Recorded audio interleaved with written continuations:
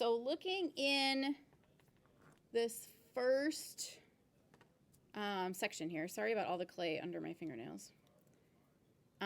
Looking in this first section, what words did you pick out that also could have to do with art? What'd you find? Go ahead. Evaluate. Where is that one? Help me. Oh, yeah, right there. So how would the word evaluates apply to what we do in art? Anybody? How do we evaluate art? Yep.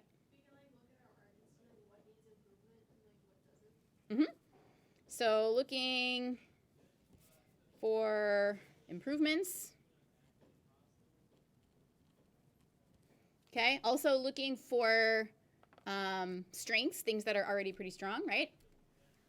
Another word. I had put deconstructing. Deconstructing. That's a good one. This one? Yeah. There was one in the first paragraph too, but same. Oh, yep, same thing. But I put that one, especially with this recent project, because we were looking at like a few objects. You had to like deconstruct it and focus on just one at a time sometimes. Yep. Deconstructing the big picture. So visually focusing, trying to spell correctly, on different parts,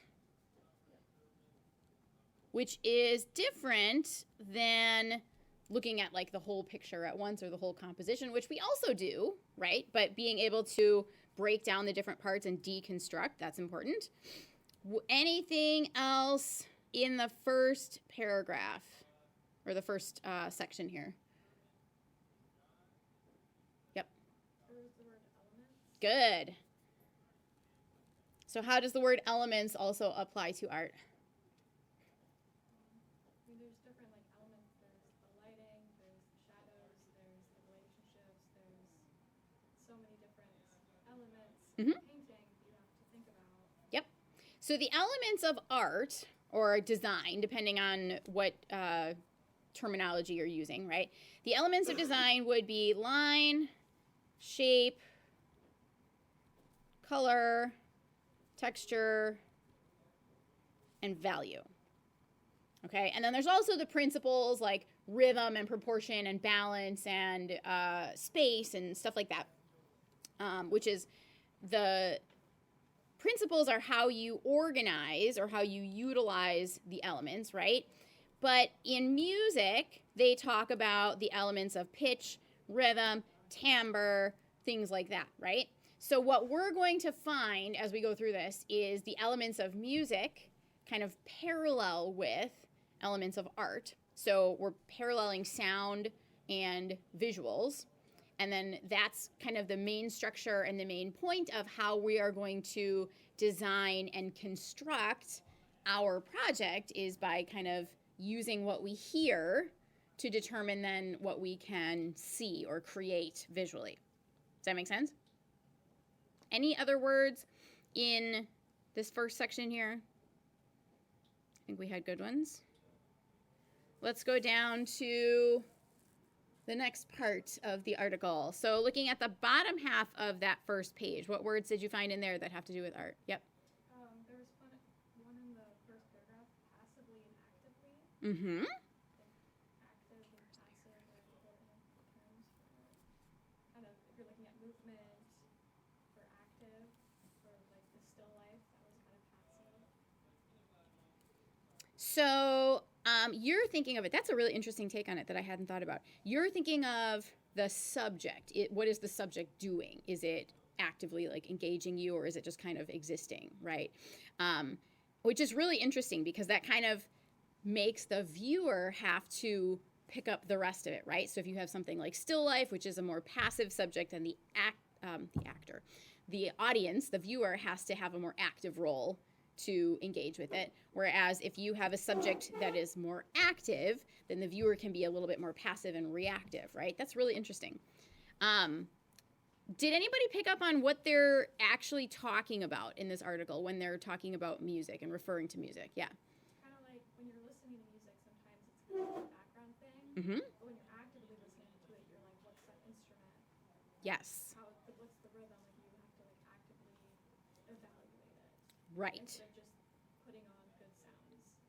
The way that you described that was really good. So, in summarizing so that it's picked up on the mic, the paragraph is talking about, as you said, when we passively listen to music, it might just be in the background, right? It's kind of might be just background noise where it's on and it might still be affecting us, but we're not actively engaging with it or analyzing it or thinking about it. Whereas when you do actively engage and listen, and take that more active role with music, then you're giving it more thought. You're giving it more analysis. You're maybe looking more for specific elements or specific parts of the music, like things like instruments or rhythm, or you might be thinking of the lyrics, or you have more active engagement with it, right?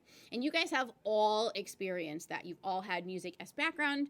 You've all had music that, maybe you went to a concert or you were intentionally listening with that intent, to be redundant, where you were actively listening for something. Good.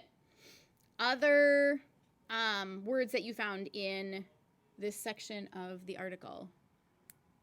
Yep. In the third paragraph, observations. We definitely make observations in art, right?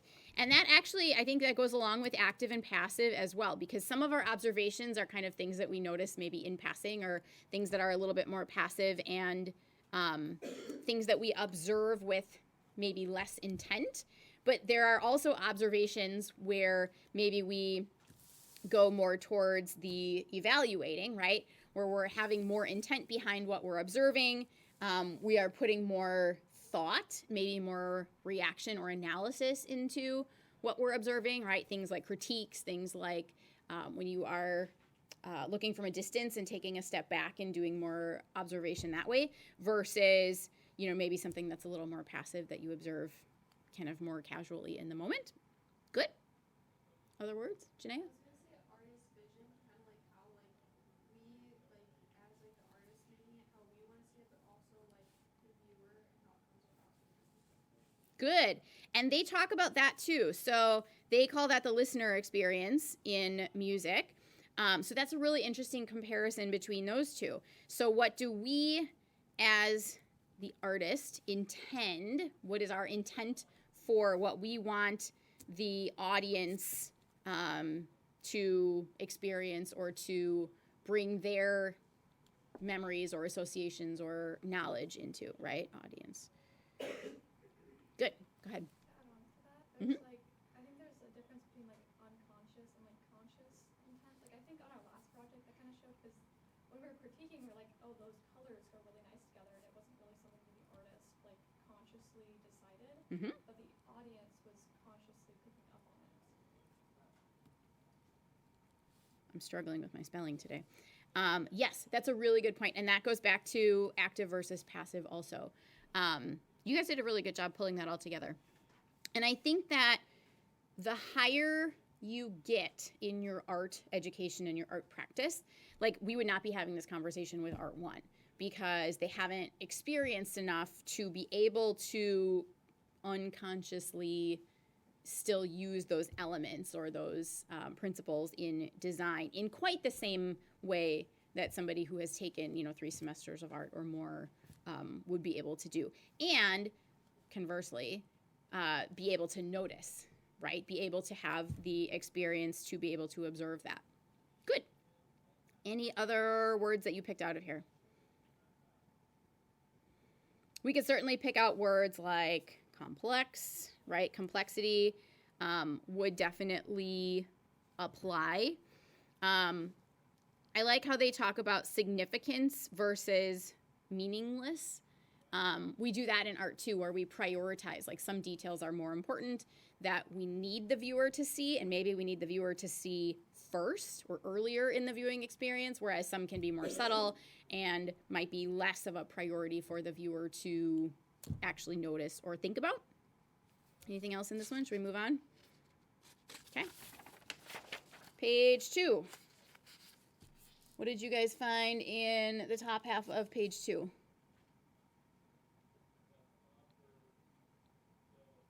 Yep. I had highlighted the word angle. Mm-hmm. It was talking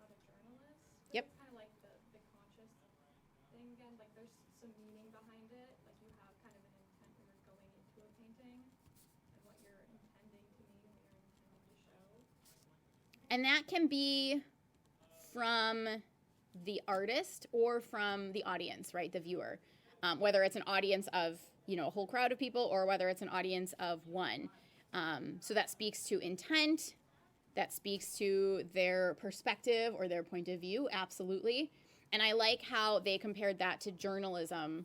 So you can have it as a music composer, you can have it as a journalist, you can have it as a choreographer or a movie director, right? It applies to multiple different creative projects and creative genres, not just one or the other.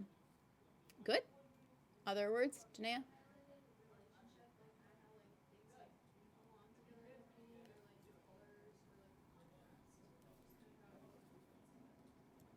How different parts fit together. Okay, or contrast, right? They might juxtapose. Just because it's a relationship doesn't mean it has to be a similar relationship. Maybe it's the opposite, or maybe it's something more dramatic, right? Audrey.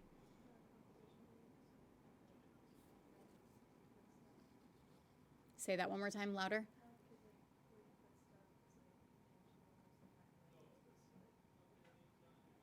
Yes. So they use the term compositional devices. We call an artist that writes music a composer, right? Compositional devices sounds very parallel to how we say compositional techniques in photography or compositional elements in art, right? So we use composition all the time. That refers to the layout, that refers to where things are and where we're putting them. Again, going back to that perspective or that intent, right? And that also speaks to, how the different parts fit together as well. Other parts in this one? This one had kind of a giant quote about very specific music things, so we can move on. Let's go to the top of page 3, where it says right or wrong. Things that you noticed in, let's just look at this first paragraph, because then I want to scroll down a little bit. Go ahead. I picked up the word subjective. Tell me about subjectivity in art. That kind of goes back to like the point of views. Mhm. It's your own personal meaning. It has a different meaning for everybody. It's subjective. Yes. There's no right answer. The idea of, which you said very well, everyone, when they see art, which also applies to music and other creative things too, right? They are coming to that viewing experience, bringing their own memories, their experiences, their past, right? And so they're coming at it with a slightly different point of view, slightly different things that they can associate with. So everybody's viewing experience is going to be affected differently, which creates that idea of subjectivity. Yep, good. Maya? Justifying your opinion, it kind of ties back to our critiques that we have to explain how our art kind of fits together, kind of goes with composition and point of view. So it's not just enough to say, I notice that this, or this makes me feel this way, but why? Can you use that vocab? Can you use that language to articulate why that makes you feel that way? Or what about it? What did the artist actually do that creates that effect, right? Very good. Anything else in that first paragraph? Okay, you guys are doing great. All right. This chunk between beginning, middle, and end, and where it says duration. What words did you find in there? Yep. Dynamic. Dynamic. Tell me about that. That's kind of like having multiple different elements come together, but they're different. So it creates like a dynamic piece where there's a lot of variety. And they kind of clash with each other. So how different parts interact? Do they pair? Do they clash? You also talked about differences. I totally lost the thought that I had. Did you say anything else that I didn't summarize? Interaction. We can also think of the word dynamic as kind of active, like a form of activity. So if something is very dynamic, it might have a lot of movement or the feeling of that active type of presence. Other things you found in that article, that part, Maya? Harmony. It's not unity where everything has to like fit together. Exactly. Oh, it's right under it. So look what we have here. We have dynamics and harmony, and we called them unity and variety, or variety and unity, technically speaking, right? So are you seeing the parallel terms and the parallel concepts? So even though you might not have a great amount of music education outside of maybe your passive experience of doing a lot of listening, and maybe you do, I don't know. We come into that all with our different points of view, right? Even though the terms are different, a lot of the concepts end up being very similar or kind of paralleling each other, right? We could also look at, texture, obviously. That's a flat out art word, right? No pun intended. Texture in music means something a little bit different in how they create it or how they notice texture, right? Versus texture in an art piece. It means a little something different, but the effect is actually surprisingly similar, right? We could talk about structure. That would probably relate back to things like composition, which we already talked about, but that's another way of kind of using that terminology a little differently. Any other words that you guys picked out, Janaea? Can you do like duration, with either how long it takes you to make something, or I don't know, if you're drawing a river, how long a river goes? So we can think of duration. I like that it's listed with dynamics because I think it has a lot to do with similar concepts to like what you guys picked out with that. So I also like how you broke it into the process of the creation of the work and also the finished product and the viewer's interpretation. So we can look at duration as the sense that we get of what the artist put into it. So if something looks more complex or looks more complicated, it looks like it took more time, we can make some judgments on that as a viewer, right? Even if we don't know what actually happened. And or we can also look at the duration of in terms of the movement of a piece or the activity feeling that we get from looking at a piece. Did that summarize kind of what you were thinking? Good. Any other? Yep. Yeah. Kind of something similar. So it says personalities. Mm-hmm. The way the flow of a brush moves, colors can make you feel a certain way, manipulate how you feel. Interesting. So personality could be artist differences, and that's a really vague differences. I can't spell and speak at the same time. There's a lot of different ways that you could show that personality, right? It could be like you described, like the style of brushwork, how you see certain movements in the brush, right? Jackson Pollock is a really good example of that and was all about that, capturing the artist's movement. That could be things like particular color palettes or particular subjects or particular compositions, right? There's all sorts of ways that visual artists can show personality, just like music artists can show personality, and you can hear the different personality, right? When you hear a song, oftentimes you can tell, if you know the artist, right, who created it, who wrote it, who is performing it, right? There's all different ways that we can associate with that. Good. Any other words up here? Should we move on? Here we go. What do we see down here? Some of these words are starting to repeat, obviously. Janaea? Patterns, that's a big one. So patterns are going to relate back to what art concepts?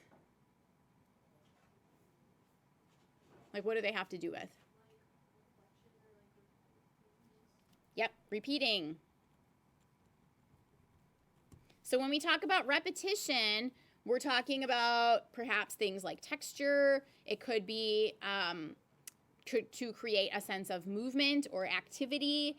It could be to create a sense of rhythm, right? Rhythm is also an art word. Okay, so rhythm and pattern go together just like they are in that statement there. Other words? Yep. When it's saying dynamics is about volume, Mm-hmm. that could be, in the music context, it's saying it's loud and soft. I think that could be like dark and light, like those contrasts working together. Yep. So it's making a comparison between two opposites, right? Loud and soft. Value, we could have opposites with. We could have contrast in a lot of different things. And the idea of something being dynamic is that it has contrast and that it shows you the difference between those two things. If you had whether it's a piece of music or a piece of art that was largely the same, that was a lot of unity, it would not feel very dynamic, right? And so that's something that as we get into the analysis part of our music and our songs, you guys are going to be listening for dynamics, meaning changes in volume. Good. Maya. Genres and styles. Mm-hmm. There's a lot of different styles and ways to do art. Help me find it. Right below the bullet point of dynamics. No, the very last, Aha. There we go. Thank you. Yeah, absolutely. So we definitely can have different art genres and art styles, and if we know them well enough, or if we are familiar with them, we can group them by name, and we can be able to recognize a piece as coming from a particular genre, just like in music, right? There's the rap genre, there's the gospel genre, there's the classical genre, there's, tons and tons of other genres that have similarities to each other, but then differences from style to style, right? Or genre to genre groupings. Other things? Yep. the word arrangement, The word arrangement. the melody of the horizontal. Yes. Thank you. That's kind of relevant for our last project, obviously, because we had to make an arrangement of objects, but it's also like how we paint a piece, how do we make things dynamic, how do we contrast, how do we make them balanced. Mm-hmm. And that was a really good connection that you made, connecting that back to still life, because arrangement was a huge component of still life. That, how we arranged the things created that active, dynamic feeling, right? Which is in contrast to how you described still life as kind of a passive subject before, because it's not moving itself, but the way we arrange it, that is how we take that active role in putting that visual interest into it. So that was a really nice full circle moment there. Other terms? Anybody pick out the word horizontal? How can music be horizontal?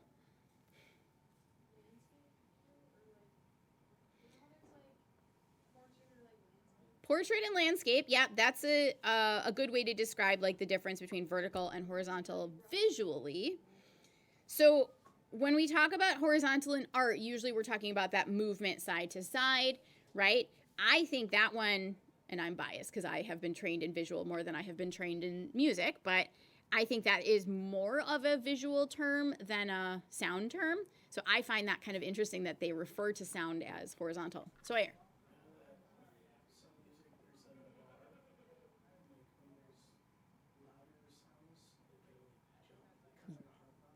Yeah, so you're talking about like the waveform, right? So when you have, right, sound, that's a really poor, let's call it an artist rendering.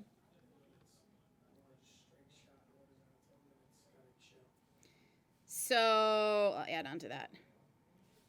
Yeah, so when the waveform gets really vertical, that's usually an indicator that that sound is louder, it has more dynamic, right? And then when it gets more horizontal, it is calmer, it might be softer, there might be less going on.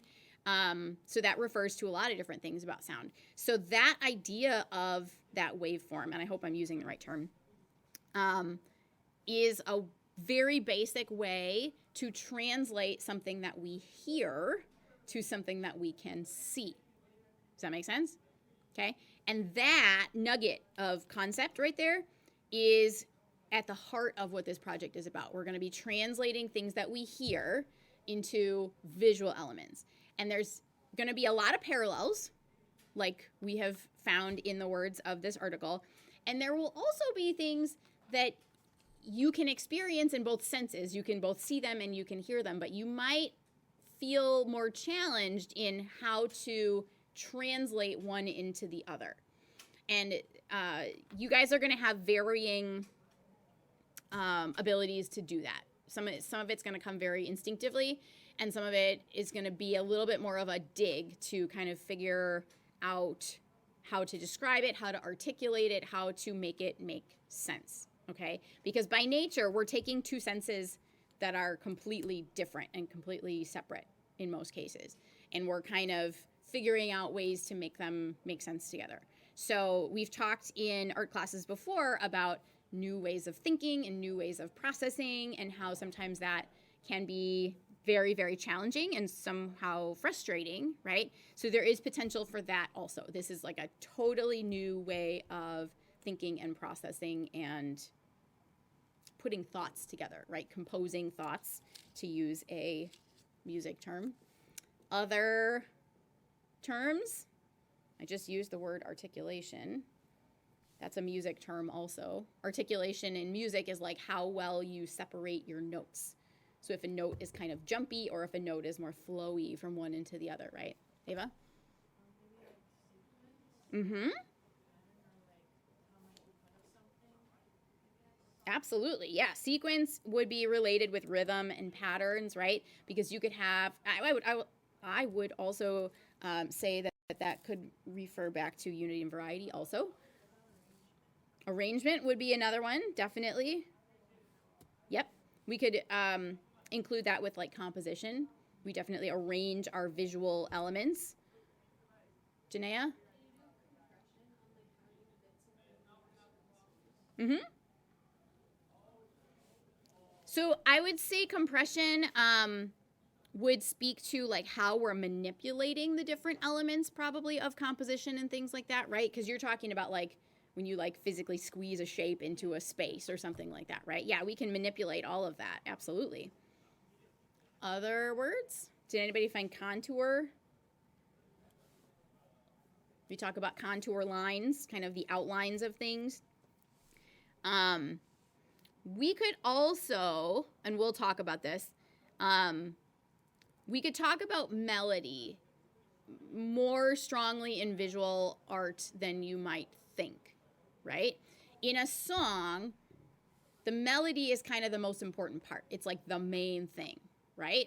In a visual piece of art, what would be the equivalent to that? What would be like the main thing? It might be in the center. It doesn't have to be, but it might be. We could call it the focal point. We could call it the subject, or think of it that way, right? So it's kind of like the main message or the main elements that we're following or that we're investigating. So that would relate also. Good. You guys are doing great. Any more on this page that we didn't already speak to? I know it gets more and more repetitive as this article goes on. We talked about harmony. They're getting into some really heavy musical terms. We've talked about tension before. We talk about that one a lot in photography. Like if a portrait subject is looking out of the frame, it creates a sense of tension or discomfort. Whereas if they're looking into the frame, it feels more natural. Janaea, what were you going to say? Embellishment. That's a real Janaea word.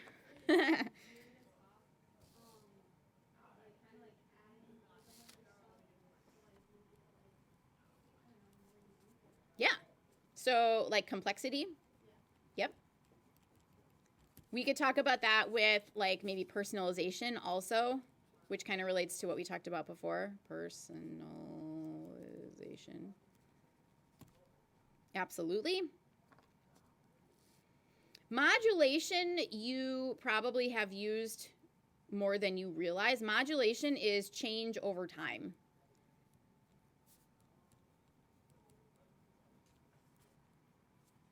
So in music, we could talk about modulation in pitch, like when a singer goes up a a step or a half step or whatever. In visual art, we could talk about that in terms of if we have something that repeats but then it changes, right? That would be a form of visual modulation.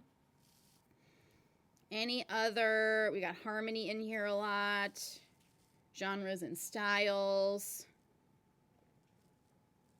repetition, contrast, those are real art words. Unification, that speaks to unity also. Treatment of material, that sounds real arty, right? Go ahead, Ava.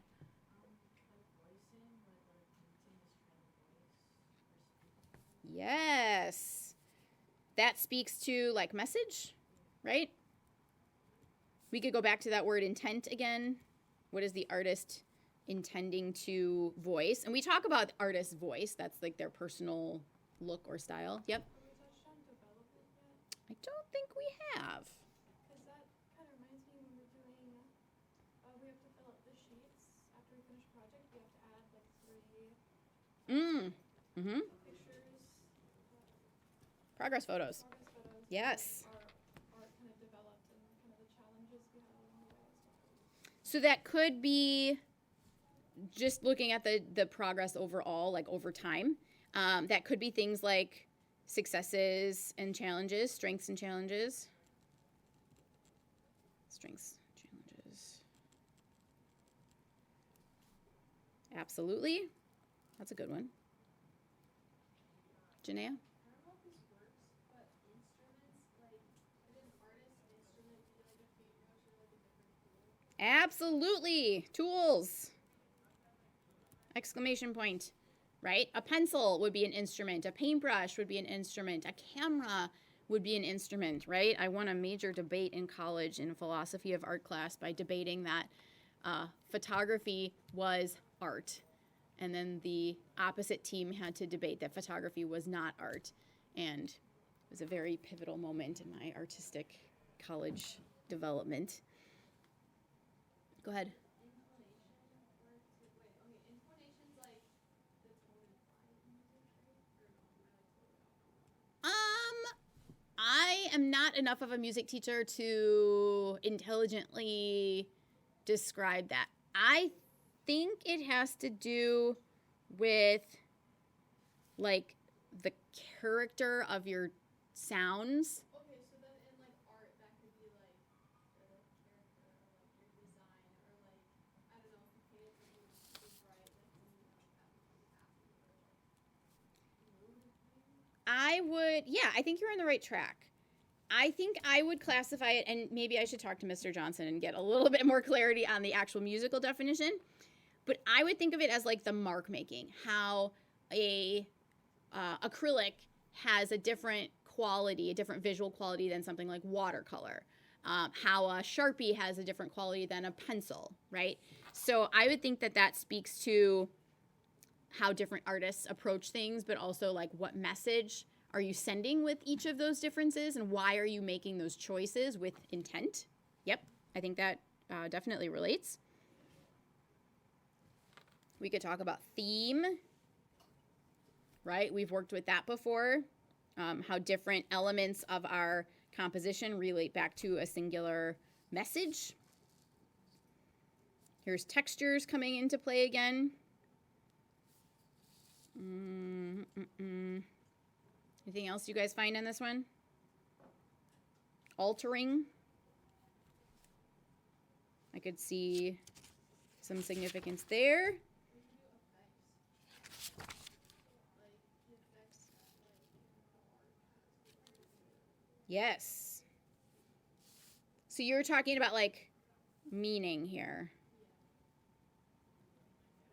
And that could be subtle, or that could be really obvious, right? There could be really subtle effects that kind of just give a little bit of a different, tone to something, or a little bit of a suggestion. Or there are some things that are a little bit more kind of hit you over the head, obvious, right? Maya? I don't know if this was already said, but tone could be like the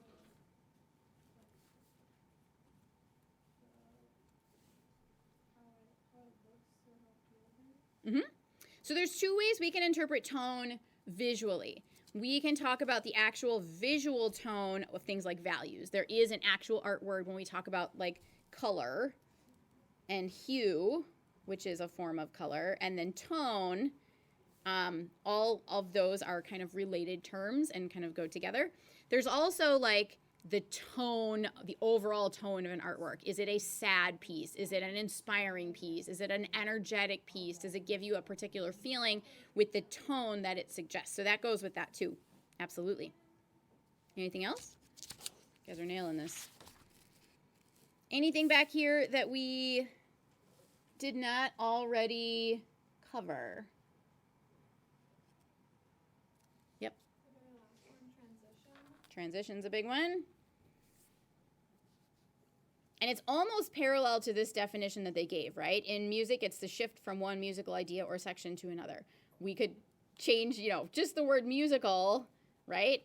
And then that would apply to art too, absolutely. We could transition from color to color or from part to part of a composition, like locationally. There's all sorts of ways that we can transition. Yeah, good one. Janaea. I feel like imitation from like when you get like inspiration from like other like artists, you can like use that in your own. Yep.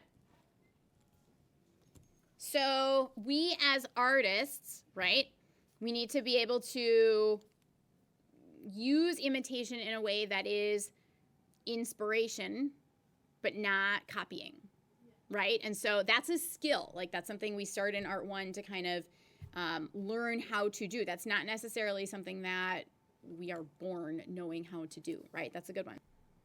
Anything else? Ava?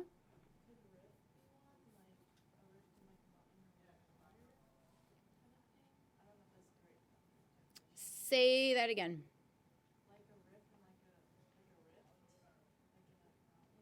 Oh, you're talking about like a groove or a like an actual physical characteristic. That could be. I think again, I don't know my music definitions well enough. A riff has to do with like a variation. Like you riff on something is when you use something as a starting point or as an inspiration, and then you expand upon it or develop from that point. But that also speaks to things that we do in art all the time, right? Things when we go from a source of inspiration or... A riff is just like a little part of isn't it just like a little... Like a little segment? Yeah. Yeah. It's not something you say, like, yeah, it's the building block of it. Building block. That's a good term. Yeah, that makes sense. Like, yeah, like, a riff is normally like a guitar, like, a little melody on a guitar, and then, like, you build off. So you can kind of layer those Right. and like add flavor to what you're doing. But a riff is just a little melody that you, like, that can be built upon. Okay. So I think there's two versions or two definitions of that. I think they both work for what we're talking about. Other words? Did you do call and response where like the call's like the direction and the response is like the focal point? Or like whatever is that kind of the direction. So you tell me if I'm interpreting your explanation correctly. So the call would be like the direction, the thing that kind of leads, right? Maybe a focal point. And then the response would be what else is appearing in the composition that balances with it because it has to relate, right? Yeah, that would make sense. Relates. Anything else? We talked about rhythm. We've talked about similarities, right? That I think has to do with what we just talked about. We talked about development. How about fragmentation? We used the word deconstruct earlier. I think that would kind of follow along the same thing. They called it breaking a theme into little bits in order to develop it, right? So I think you can riff on those little pieces and then kind of expand upon those too. Good. Do you feel like you have a good sense of kind of how these two worlds are somewhat parallel? Okay, even if you do not have an extensive music history, right? You don't need it because we're going to translate what we hear into what we see. Okay? And like I said, some parts of that are going to come really easily, and some parts of it are going to be grindingly difficult at times because of how the senses have to work together. Okay? Good job today.